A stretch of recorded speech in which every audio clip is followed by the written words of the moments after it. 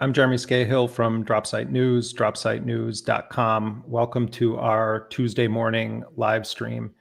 I'm speaking to you this morning in a state of great sorrow about Israel's assassination, murder of our colleague, the great, brave journalist Anas al-Sharif, and 5 other journalists in a strike on Sunday night. It was a direct hit on a tent that these journalists were living in on the grounds of Al-Shifa Hospital.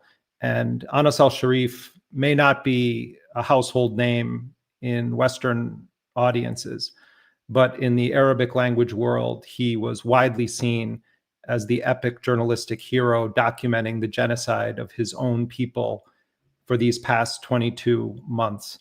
The Israelis made clear that they intended to murder Anas al-Sharif because of his voice, because he was bearing witness, because his words and his images that he broadcast to the world resonated with people. And it's not that he was unknown in the Western world. People who are paying attention saw the footage, saw the reporting of Anas al-Sharif, and he refused to leave Gaza. He said that he was going to remain to document this genocide against his people. More than 200 of our Palestinian colleagues, by some estimates, 270 Palestinian media workers have been murdered by Israel in assassination strikes and other bombings since the genocidal war began. And it's not just Israel that should bear the responsibility for these criminal acts, these attacks against not only the individuals that they're killing, but against the institution of journalism, against the institution of truth-telling, but also the United States and other governments that arm Israel, that support Israel, that give it political backing and legal backing and diplomatic backing. But it also is the responsibility. And as a journalist, I have to say that this is the one that most deeply shames me and makes me ashamed of our profession. It is also on those powerful news organizations that have refused to stand in defense of our Palestinian colleagues.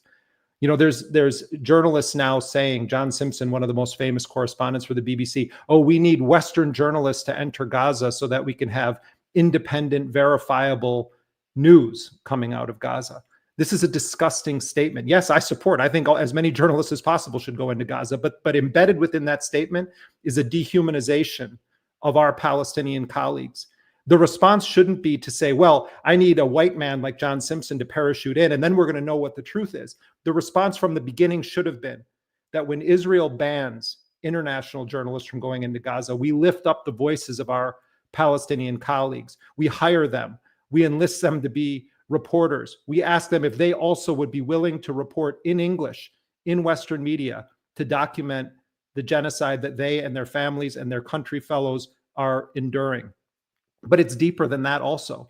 This is possible because of a dehumanization campaign against not just Palestinian reporters. They say, oh, he was Hamas, oh, he was Palestinian Islamic Jihad. The pyramid of lies that Israel has built to justify the murder not only of journalists, but of Palestinian children are a disgrace, and they have been parroted by so many Western media outlets. And we're going to get into all of this in a few moments. But before we do, I want to just read to all of you, and some of you may have seen this, but I want to read to you the last will and testament that Anas al-Sharif wrote. He wrote it in April of this year, and he knew he was going to be killed. He called on other journalists around the world to stand up for the Palestinian journalists who were being systematically hunted and murdered by Israel.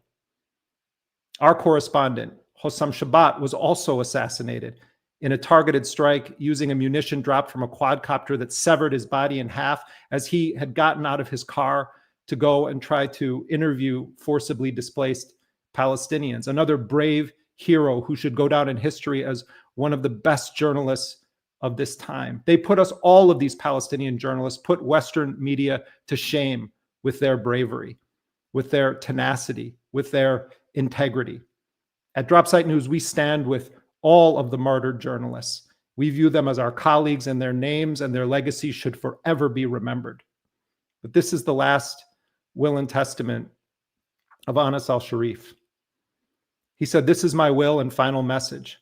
If these words reach you, know that Israel has succeeded in killing me and silencing my voice. First, peace be upon you and Allah's mercy and blessings. Allah knows I gave every effort and all my strength to be a support and a voice for my people ever since I opened my eyes to life in the alleys and streets of the Jabalia refugee camp. My hope was that Allah would extend my life so I could return with my family and loved ones to our original town of occupied Ascalon, Al-Majdal. But Allah's will came first and his decree is final. I have lived through pain in all its details, tasted suffering and loss many times, yet I never once hesitated to convey the truth as it is, without distortion or falsification, so that Allah may bear witness against those who stayed silent, those who accepted our killing, those who choked our breath and whose hearts were unmoved by the scattered remains of our children and women, doing nothing to stop the massacre that our people have faced for more than a year and a half. I entrust you with Palestine, the jewel in the crown of the Muslim world, the heartbeat of every free person in this world. I entrust you with its people, with its wronged and innocent children who never had the time to dream or live in safety and peace. Their pure bodies were crushed under thousands of tons of Israeli bombs and missiles, torn apart and scattered across the walls. I urge you not to let chains silence you, nor borders restrain you. Be bridges toward the liberation of the land and its people, until the sun of dignity and freedom rises over our stolen homeland. I entrust you to take care of my family. I entrust you with my beloved daughter, Sham, the light of my eyes, whom I never got the chance to watch grow up as I had dreamed. I entrust you with my dear son, Salah, whom I had wished to support and accompany through life until he grew strong enough to carry my burden and continue the mission. I entrust you with my beloved mother, whose blessed prayers brought me to where I am, whose supplications were my fortress, and whose light guided my path. I pray that Allah grants her strength and rewards her on my behalf with the best of rewards. I also entrust you with my lifelong companion, my beloved wife, Salah Bayan, from whom the war separated me for many long days and months, yet she remained faithful to our bond, steadfast as the trunk of an olive tree that does not bend, patient, trusting in Allah, and carrying the responsibility in my absence with all her strength and faith. I urge you to stand by them, to be their support after Allah Almighty. If I die steadfast upon my principles. I testify before Allah that I am content with his decree, certain of meeting him, and assured that what is with Allah is better and everlasting. O Allah, accept me among the martyrs, forgive my past and future sins, and make my blood a light that illuminates the path of freedom for my people and my family. Forgive me if I have fallen short, and pray for me with mercy, for I kept my promise and never changed or betrayed it. Do not forget Gaza, and do not forget me in your sincere prayers for forgiveness and acceptance. Honest Jamal al-Sharif. Those are the final words of our colleague, Anas al-Sharif, who was murdered on Sunday night in an Israeli assassination strike on a tent. That strike also wiped out the entirety of Al Jazeera Arabic's journalism team in Gaza City. And it's coming as Israel is threatening a full siege of Gaza City as part of Netanyahu's plan to fully occupy the Gaza Strip and expel the Palestinians. We have a lot to discuss, and in a moment we're going to be joined by our friend and colleague from Al Jazeera English, Laila Al-Arian. But first, I want to bring on my Dropsite News colleague and our Middle East editor, Sharif Abdel Kouddous. Sharif, you did a number of stories where we interviewed Anas al-Sharif. We published, for more than a year, we've published his warnings that Israel was going to kill him and his descriptions of what it was like. First of all, share your reaction to this assassination, but also the details of this strike that Israel conducted that assassinated Anas and 5 other journalists. Well, it was news that was very difficult to absorb and comprehend. As you mentioned, this journalist had really become this recognizable face across the world, internationally, online, on screens across the Arab world, but also really across the globe, who has endured so much, who stood out as a symbol for other Palestinian journalists, who was repeatedly threatened and voiced and would say he's being threatened and called on the world to protect him and to protect other journalists. that, what he expected to happen happened, because the world didn't protect him. You just read this letter. These are 20-year-olds, journalists in their 20s, writing letters knowing that they most probably will be killed. What kind of world are we living in where this is the case, and then their words are read out? When we spoke to him back in September, one of the questions was, why do you keep doing this, despite the threats, despite the difficulties? And of course, they're enduring all the horror of the genocide that they're covering as well. And he said, maybe the world won't act, maybe the world won't help us, but there might be a motive to stop this war. Every time I document a massacre or event or bombing, I think that maybe through this bombing or this image, that the war could stop and the war would end. This has driven us to continue in our coverage to our last breath. And he did that to his last breath. And as soon as news broke of his killing, and let's remember, the Israelis assassinated him, bragged about it afterwards openly. They are able to do this because there has been zero consequences for the over 238 journalists who have been killed so far, a record number.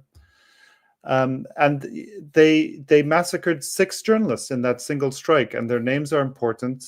There's Anas al-Sharif and 4 others from Jazeera: Mohammed Qareka, Ibrahim Zahir, Mu'min Alewa, Mohammed Nufal, and one from the media outlet Sahat, Mohammed al-Khaladi. All of those voices have been silenced. They were killed.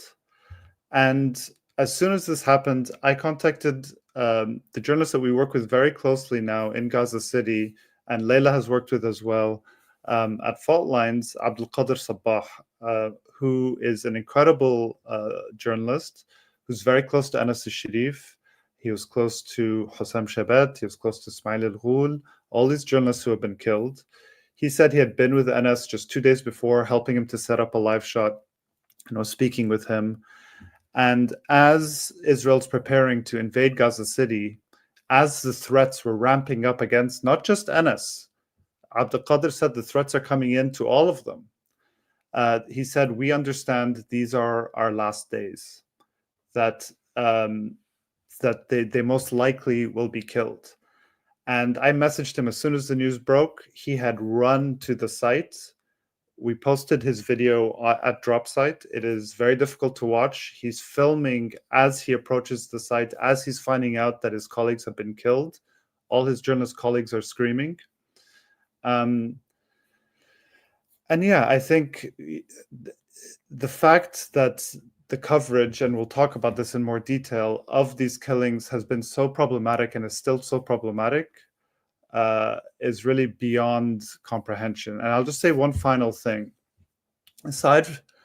In addition to the sheer abhorrence of massacring 6 journalists in a single strike, the effect on what we know, or what the world will know about what is happening in Gaza every time a journalist killed, is immeasurable. But it's not just the loss of that journalist's heroic work. There are ripple effects. Journalists, especially in war zones, rely on each other and support each other and bolster each other. It's the only way you can operate in these environments. Journalism is a collaborative and collective effort. You've reported from war zones. Laila has as well. We all know this. Now, Gaza is much more than a war zone. It's an active genocide. And the strength and bravery it takes to continue reporting from in this kind of environment is beyond measure. But every time Israel murders another Palestinian journalist, we lose not just their voice, but it reverberates across the journalistic community in ways that we cannot know. The loss of a colleague. Abdel and others have said they're determined not to stop reporting, not to let Israel. They know that Israel is doing this to try and silence all journalists, and they're very bravely continuing their work. But how can we let this happen? How long can the richest and most powerful media institutions in the world continue to belittle their sacrifice, justify their killings, and diminish their worth? And this is something we all have to fight against.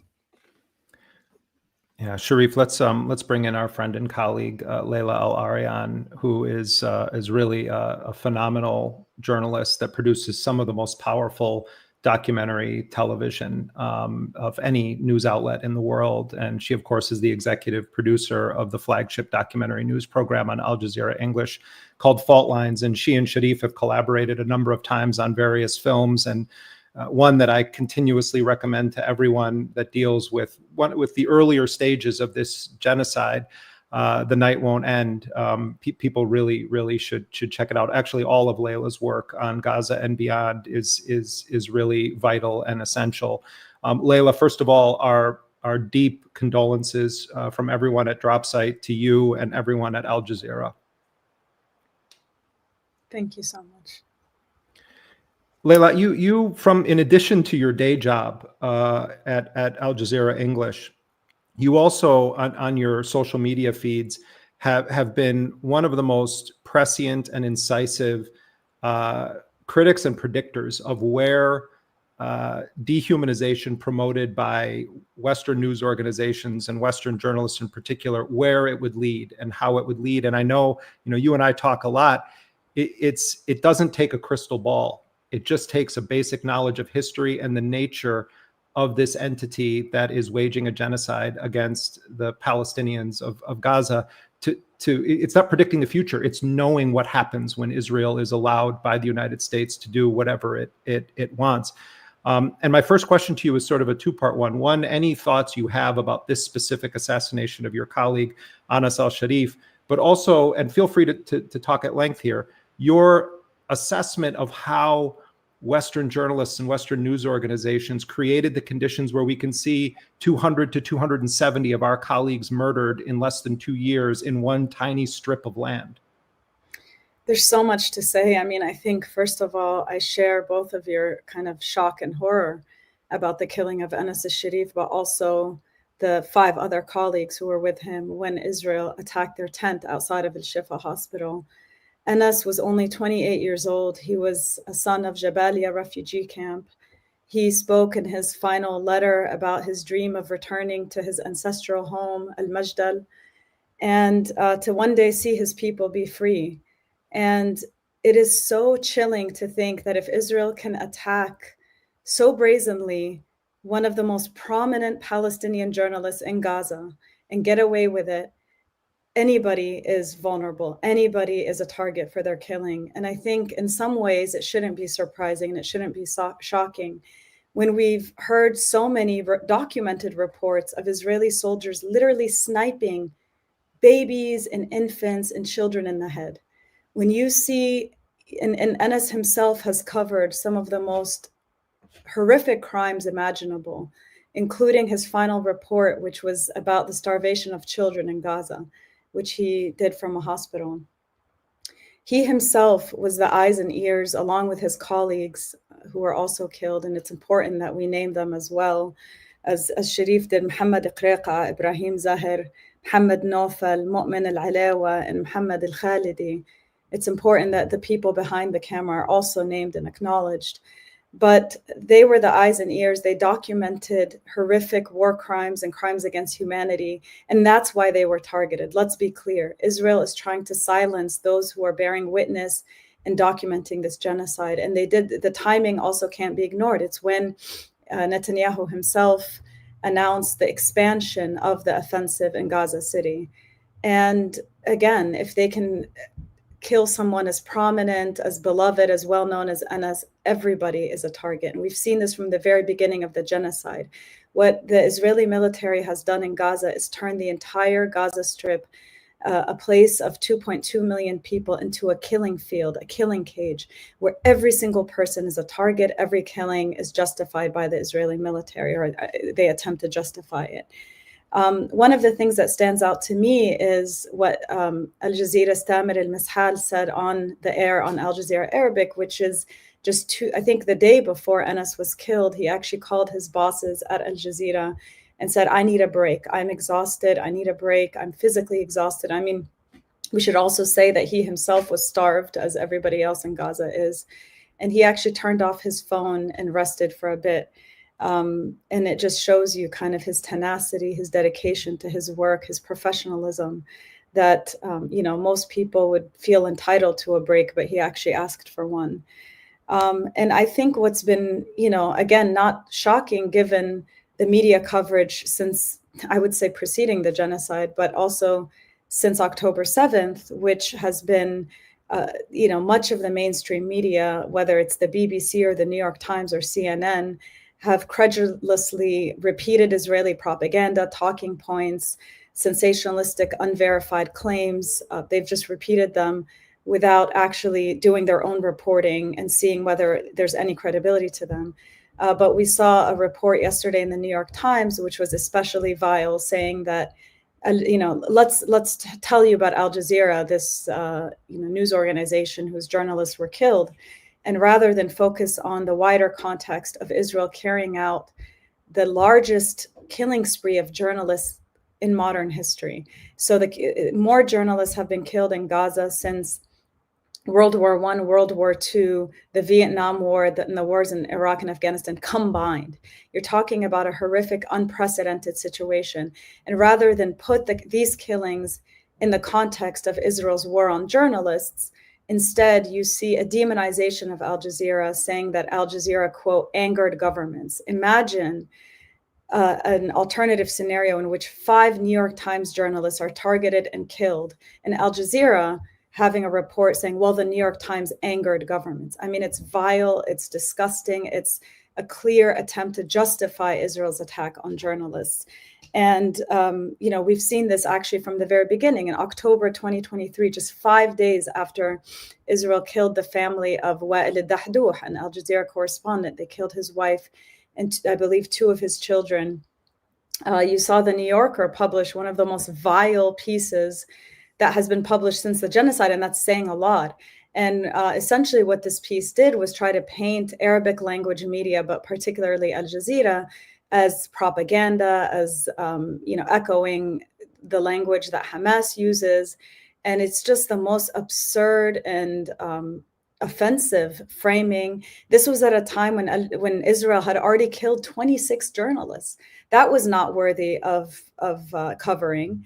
And instead, they tried to say that by using the word martyr, by saying Israeli occupation forces, by merely covering Israel's attacks, and by then 10,000 Palestinians had already been killed, by merely covering Israeli actions, that was propaganda for Hamas. I mean, the levels of evil in writing this piece, and again, at a time when Wael had just buried his own family, I don't even know what to say. I mean, you cannot disconnect the way that Western mainstream media has carried water for Israel, has dutifully carried its propaganda at every twist and turn of this genocide. You can't disconnect that from the killing and targeting and silencing of journalists in Gaza.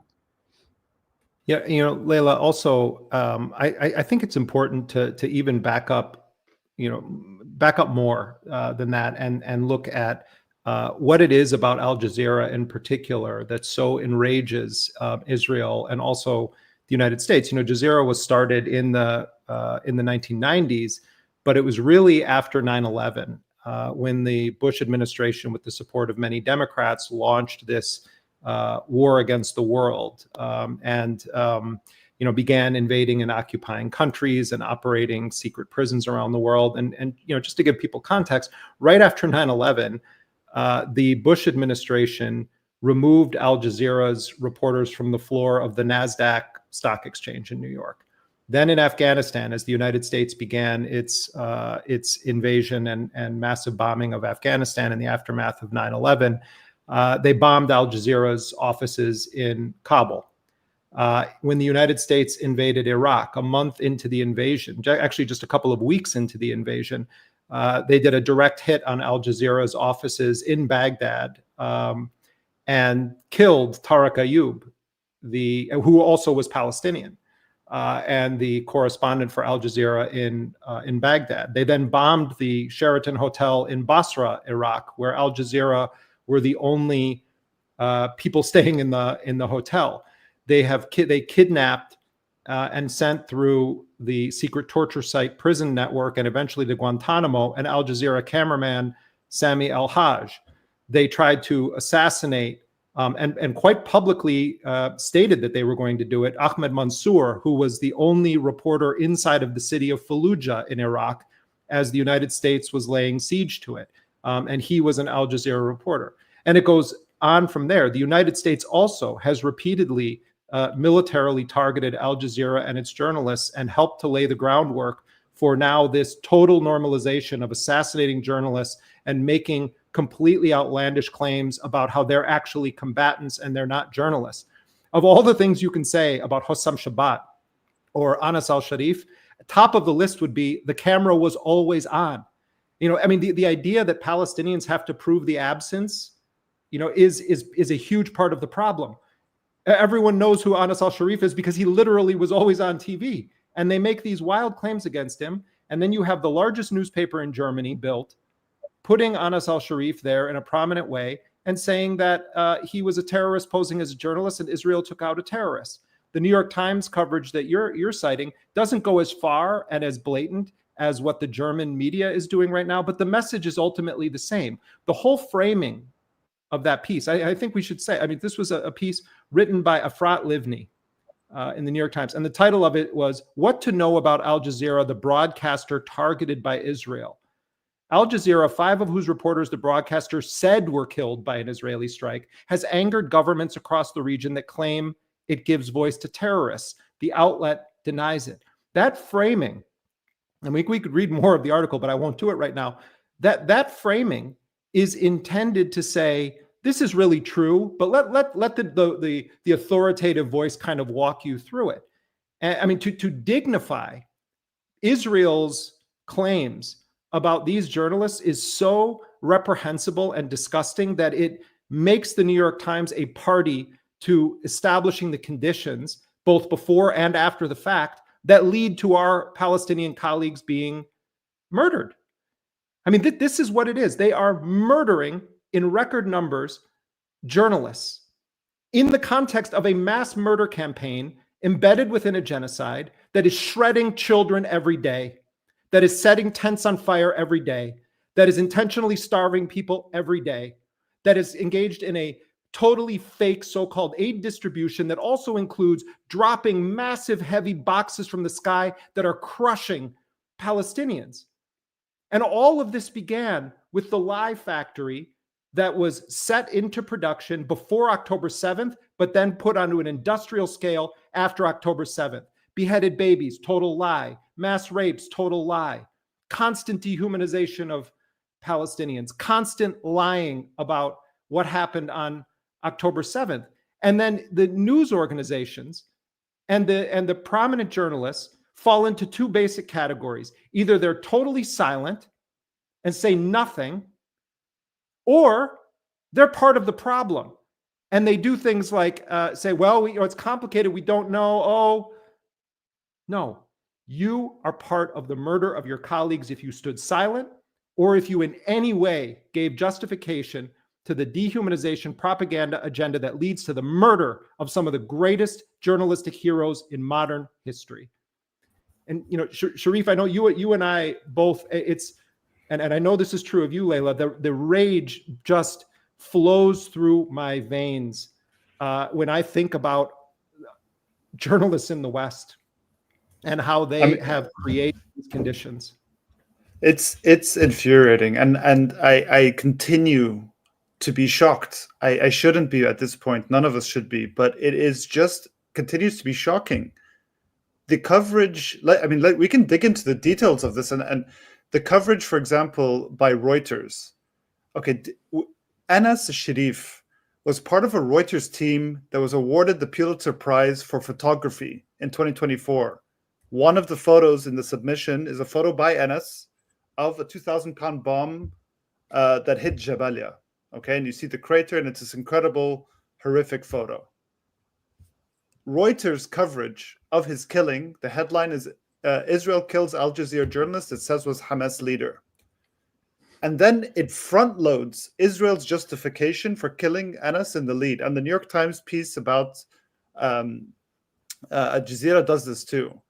In the first sentence, it frames the refutation of Anas being a terrorist that Al Jazeera denies it. Not that there's no credible evidence to support it, not that the UN, not that the world's leading press watchdog groups like CPJ or all other journalists, credible journalists deny it, just that Al Jazeera denies it. So it becomes this he said, she said scenario, and this is how it's covered, and this is how it's framed.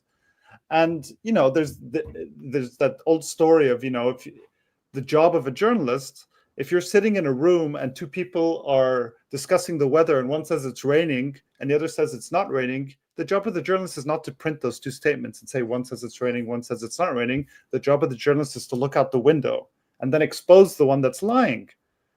But this is what all of these journalistic outlets are doing.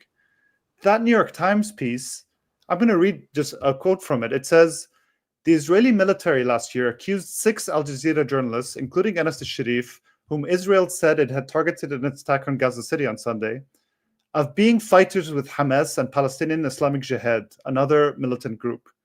The military has showed documents purporting to prove those ties, which the New York Times has not independently verified. That's all they say about it. The New York Times has not independently verified these documents that have been proven to be false by CPJ, by the UN, if you just look at them, they're ridiculous. Israel doesn't even make much of an effort with these documents. You know, they justified the killing of Ismail al-Ghul, who was decapitated in an airstrike last July 2024. They said that after the fact that he was a Hamas militant, that he received a military ranking in 2007, when Ismail al-Ghul was 10 years old. This is how absurd their claims are.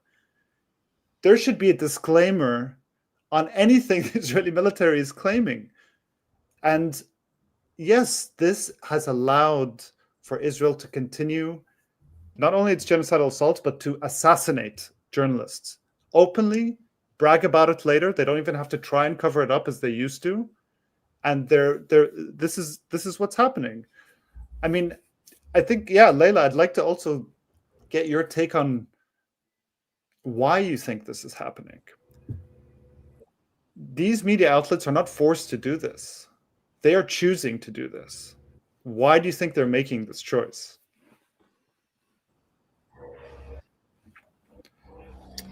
I mean, I think there's two categories of people. I think there's people in these mainstream media newsrooms who are simply terrified, and they know that this is the one issue that they will get, you know, overruled on from their editors, from management. I think in a lot of these newsrooms, actually, there's journalists of conscience who want to do better, who know that their newsrooms are fumbling the story, not just fumbling, but actively complicit in demonizing Palestinians as well, you know, to include journalists, their own colleagues.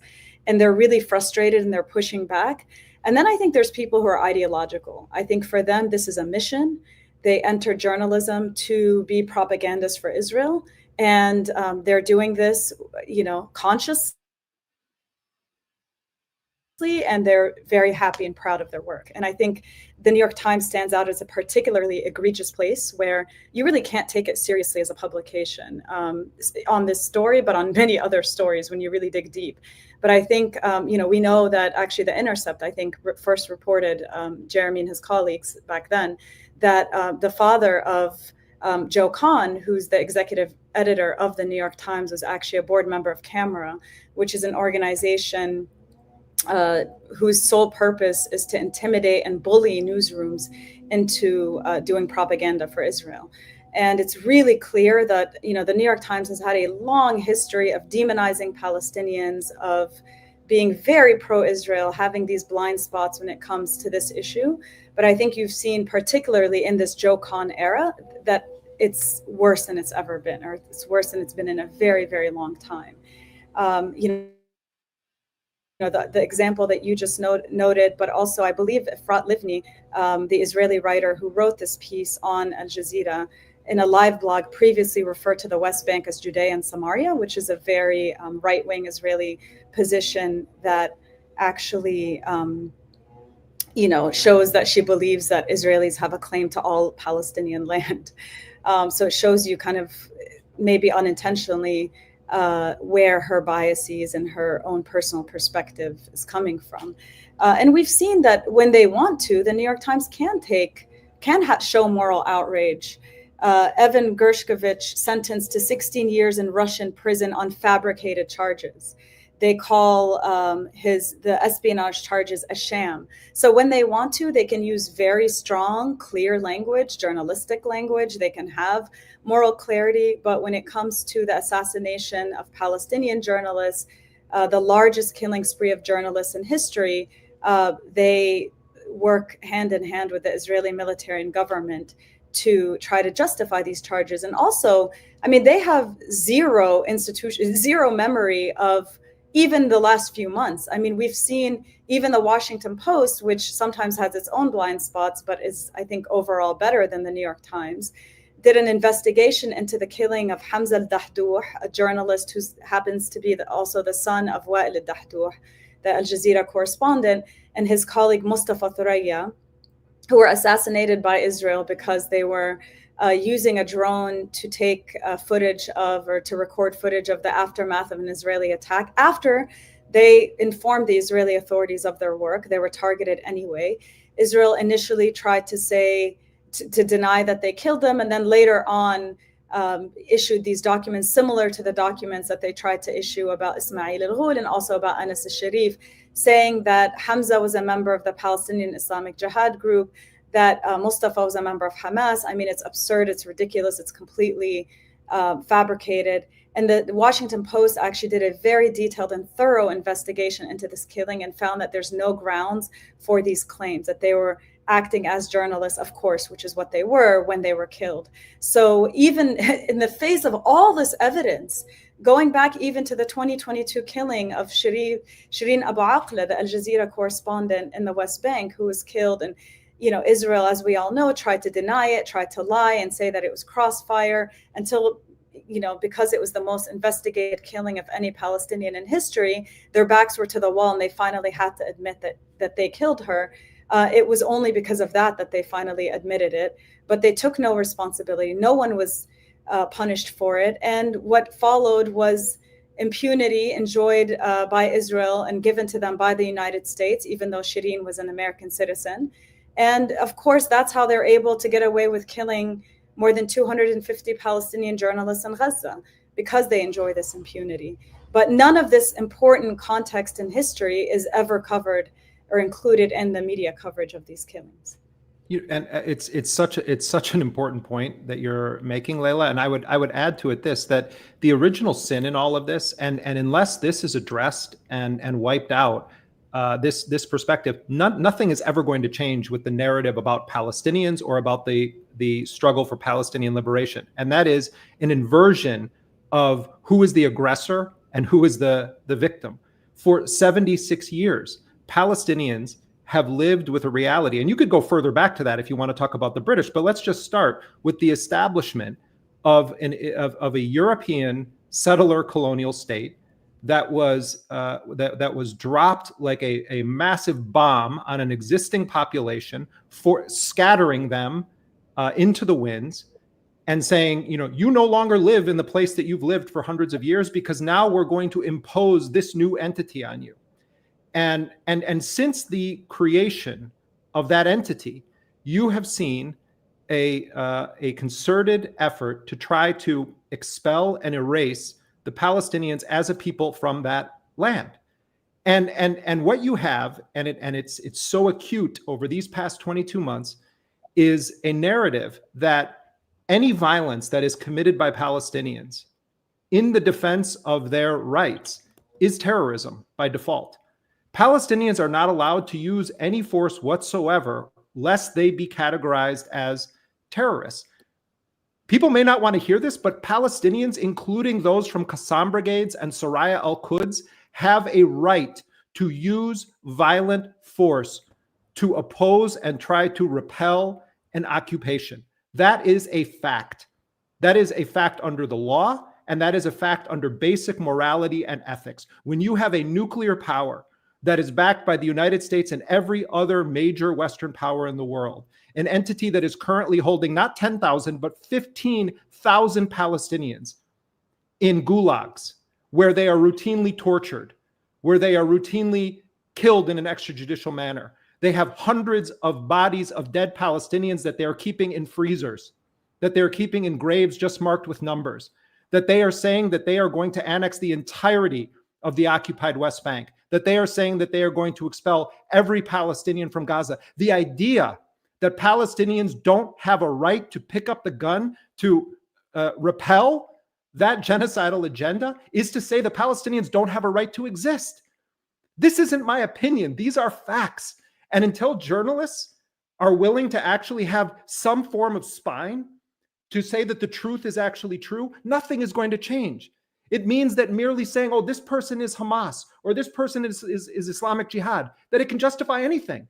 You can say, well, the children shouldn't have been there because the dad was Islamic Jihad or the dad was Hamas. It doesn't matter what Palestinians call themselves, Hamas, Islamic Jihad, or the grocer, or the garbage man, or the teacher, or the doctor, or the lawyer, or the engineer, or the infant, or the starving woman.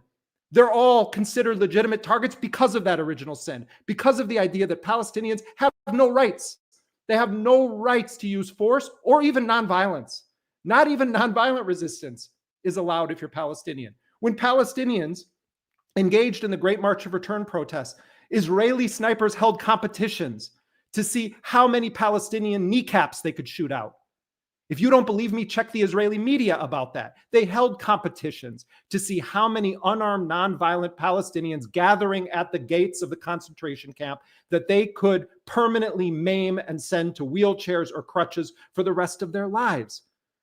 If we aren't honest about what we're witnessing, which is an attempt to erase an entire people, and if we aren't honest about the rights, the minimal rights that those people can have, then there is no journalism. Then we're an upside down world. And for the most part, Laila, that is what we're living with. You're right. The New York Times has journalists capable of doing extraordinary, some of the best journalism. The Washington Post does also. But if you look at the overarching agenda and you put it in that historical context, the original sin is the grand lie of what this project was all about from the beginning. And from that stems all of these other lies that lead to the dehumanization, that lead to a genocide, that lead to the murder of our journalistic colleagues and 60,000+ other verified deaths of Palestinians in less than 2 years. It's all goes back to that original lie. I think also, yes, what you're saying is very true. And when we think about journalism and we think about Palestine, I think these two things are so intimately intertwined in the way we think about power. If we think about Israel as the most naked form of imperialist capitalist power, of colonial power, of like the future that awaits all of us with its algorithms and its walls and its killings and its apartheid, future awaits all of us if it's not resisted. And thinking of Palestine as the thing that has not been defeated yet and still exists, then journalism and the coverage of that reflects this, right? Journalism that promotes these types of things or covers Palestine, it gives Palestinians voices, is this form of resistance. And what I think we're seeing happen since the genocide began is it's become laid so bare. People keep talking about how the post-World War II international order is falling apart because it's, the gloves have always been off by Western powers, but now kind of the mask is off too.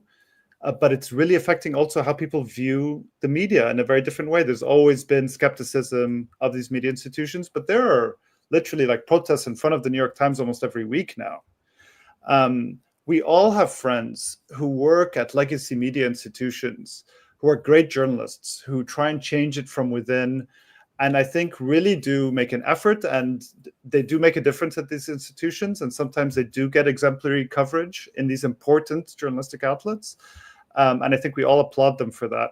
But I think we've reached a point where the editorial position on an institutional level of these media outlets is so corrupt and is so nakedly in service of power and establishment orthodoxy that we have to reject them on principle. there's a book by Omar al-Ad, who worked himself as a journalist for many years. It's called One Day Everyone Will Have Always Been Against This. And he elucidates this point. He says, it's an admirable thing in a politics possessed of a moral floor to believe one can change the system from the inside, that with enough respectful prodding, the establishment can be made to bend like that famous arc toward justice. But when after decades of such thinking, decades of respectful prodding, the condition one arrives at is reticent acceptance of genocide, is it not at least worth considering that you are not changing the system nearly as much as the system is changing you? And I think that's so telling about when we think of journalism, that, you know, this system as the media exists in this country, I don't think anymore, I used to, I don't think anymore can be reformed. It needs to be dismantled and replaced because of what's happened.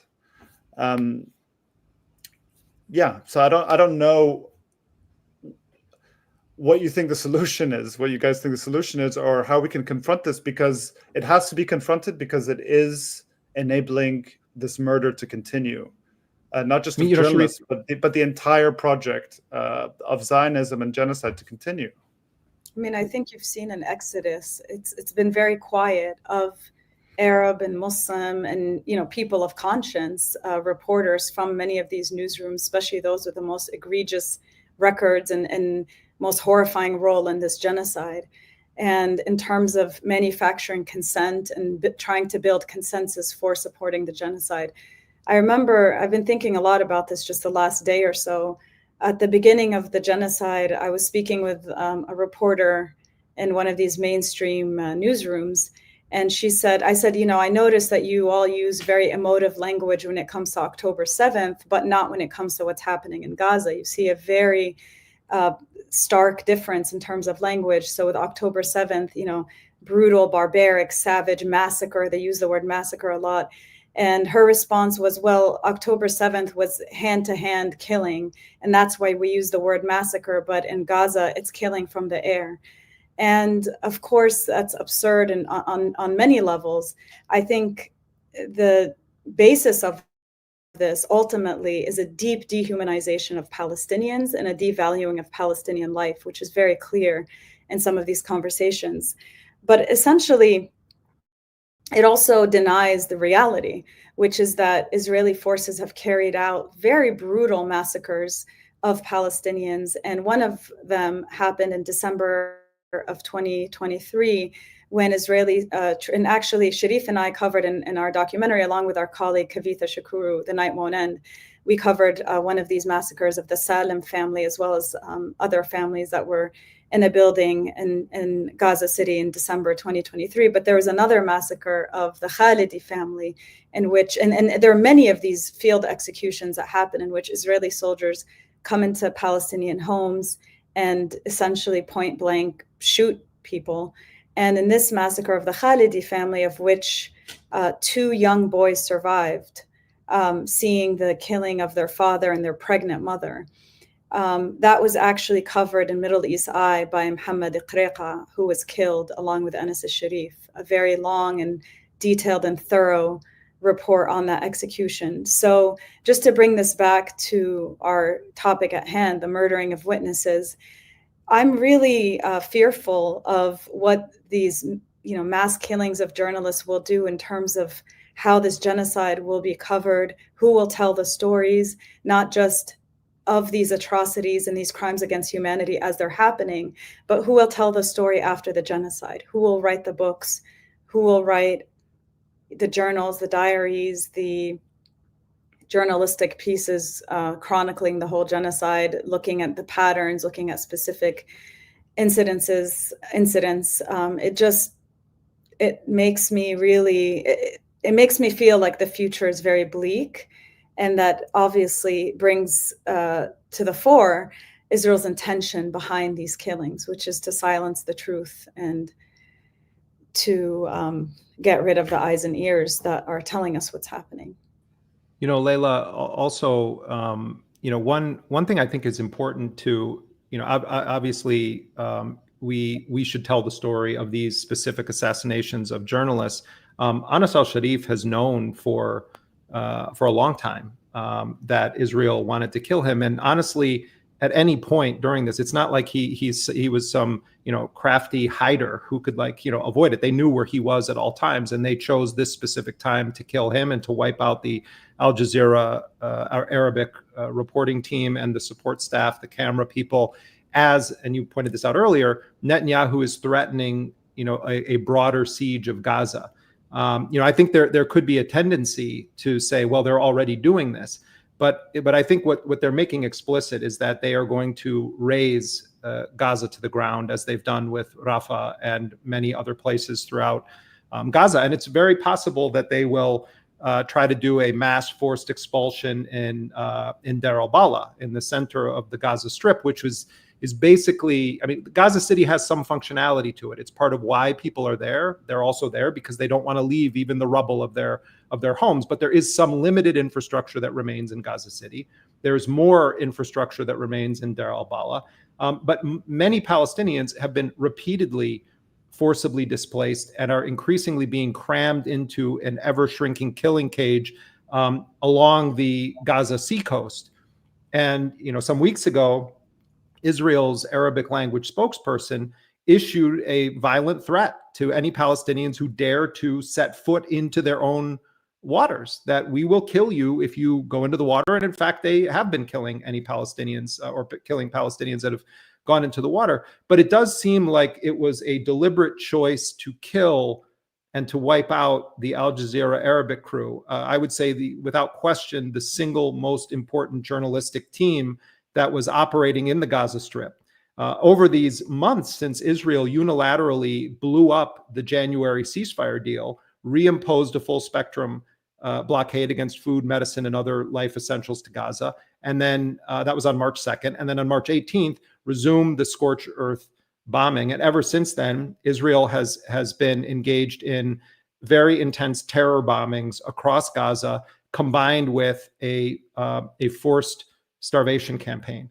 And Al Jazeera Arabic's correspondents were reporting on both of those and showing images that gave lie to the claims of Israeli and American officials. So it does seem like there was a tactical decision that was part of this strike against the Al Jazeera journalist tent that killed them all, because Israel is seriously contemplating even more horrors and possibly a full razing to the ground of Gaza City. And Laila, I hope you don't mind me sharing, but when you and I were talking in the immediate aftermath of learning that Anas and our colleagues had all been killed, and we talked about this issue of, I think both you and I felt like if there was someone who would have been in an incredible position to tell the story of this genocide, it would have been Anas al-Sharif. And so many Palestinians I talked to and others said they all thought he would be the one that could survive, that it just seemed unthinkable that he would be killed, even though he told us all that they were going to kill him. But you also said they don't want anyone left to tell the story anyway, that it's not even just about journalists or about the witnesses in this sense, that it does seem like the agenda is just to murder them all. Mm-hmm. Your family has lost more than 200 people. We have to remember that when we're speaking to you. You are a Palestinian, Laila.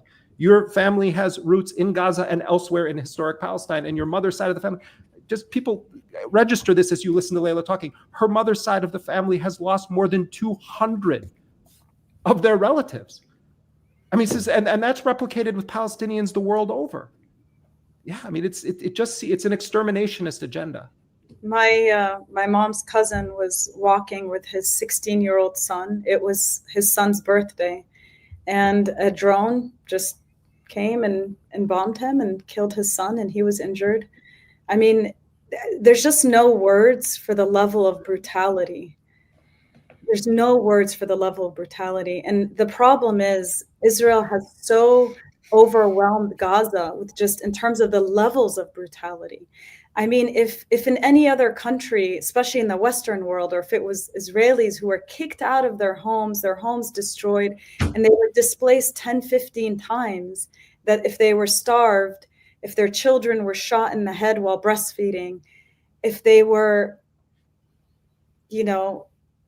subject to multiple attacks. I mean, I think about just the fact that somebody like Anas, given everything he saw, was killed so far into the genocide. And I think about Dr. Rifat Al-Arian, who was killed in December of 2023. And, you know, some of the conversations Palestinians are having with each other now is like, wow, those people who were killed early in the genocide are the lucky ones. Because imagine seeing everything you've seen. And I just think we don't even think about just the details of it. Imagine smelling blood for almost 2 years, smelling blood, seeing, I mean, these journalists, but also just regular people who've survived this genocide have been subjected to some of the most brutal conditions of life imaginable. Just the smells of blood, the deprivation, being, you know, starved for months and months and months on end.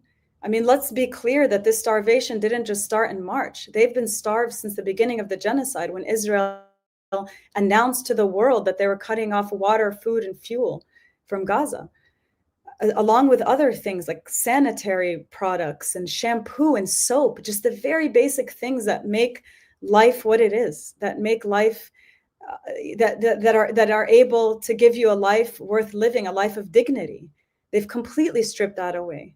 And this is all by design. They want to break Palestinians down. They want to punish them. They want to kill them all, maim them. And I think, again, they've so overwhelmed Gaza and Palestinians with their brutality that I think if you actually break it down and look at the individual levels of brutality and barbarism, it's you know, overwhelming. And I think it's up to us to keep talking about it. As Anas told us in his final letter, we have to keep talking about Gaza. We can't stop talking about it. It's our moral duty, and it's the moral issue of our time. Laila, I think also, go ahead, Sharif. Sorry, I was just going to say one last thing, that it's also, I think, incumbent on us as journalists and just a people of conscience. It's difficult because the level of depravity and violence and brutality continues to reach new heights, that for us not to normalize certain things. For example, if you remember what was called the Flower Massacre in February of 2024, this was maybe the first mass killing of Palestinians, starving Palestinians trying to get food. It reverberated across, it actually made headlines everywhere. I think we were all extremely shocked. It is happening every single day now. Every single day. Starving Palestinians are shot while they're trying to get food. It's been happening since May 27th. And we have to fight against, because it's happening every day, that impulse that it's normal, that it's become a daily occurrence. And yeah, I think you're right. This whole campaign, it's an attempt to completely destroy Palestinian society, to make people also turn on each other. That's what starvation does. You end up cooking food and not giving it to your cousin because you have your kids to feed. This is part of this design, and it's happening before our eyes, and we're watching children die every day and adults die every day of starvation. So and they're killing the witnesses. Sorry, I just want to Laila, we have just a minute left, but I do want to give you the last word here, and also just reiterate our solidarity with the journalists of Al Jazeera and with all of the journalists of Palestine that are being systematically hunted and targeted. But I'll give you the last word here, Laila. Thank you. I mean, I think there's, after almost 2 years of genocide, you feel like you run out of words to just express the horror and revulsion. But one thing I keep coming back to is I will never forget how journalists in the Western media shed tears over fabricated accounts about October 7th, fabricated stories about what happened to Israelis, and have just accepted as normal, or even in some cases support the most depraved violence you can imagine against Palestinians that has been nonstop for nearly 2 years. It really breaks the brain, and it tests the soul to think about how dehumanization of an entire people can lend the same group of people to just accept, or can allow them to accept, depraved, horrific violence on the one hand, and then cry tears over fabricated atrocity propaganda intended to justify violence towards Palestinians. And I think this is something that the media industry has to reckon with from here on out. And as Sharif said, I think no one will look at these media institutions the same ever again. Laila, I want to thank you very much for all of your work and for being with us here. Thank you. Sharif, as always, thank you, my friend. Thank you. Laila Al-Arian is the executive producer of the flagship documentary program on Al Jazeera English Fault Lines. I encourage you to not only follow Laila on social media, but also to watch all of the films that our colleagues at Fault Lines have produced, especially those about the Gaza genocide. If you haven't seen any of them, I recommend beginning with The Night Won't End, where Sharif and Laila collaborated and produced really one of the most epic and important pieces of journalism about the Gaza genocide. If you want to support our work at Dropsite News, you can do it by going to dropsitenews.com and subscribing. We don't have a paywall. We have a pledge not to put a paywall in, but if you do become a paid subscriber, it's how we fuel our journalism. You can also spread the word about Dropsite News. Let your friends, your family, even your foes know about our work. On behalf of everyone at Dropsite News, I want to thank you very much for joining us. And again, we stand in solidarity with our murdered, assassinated Palestinian colleagues.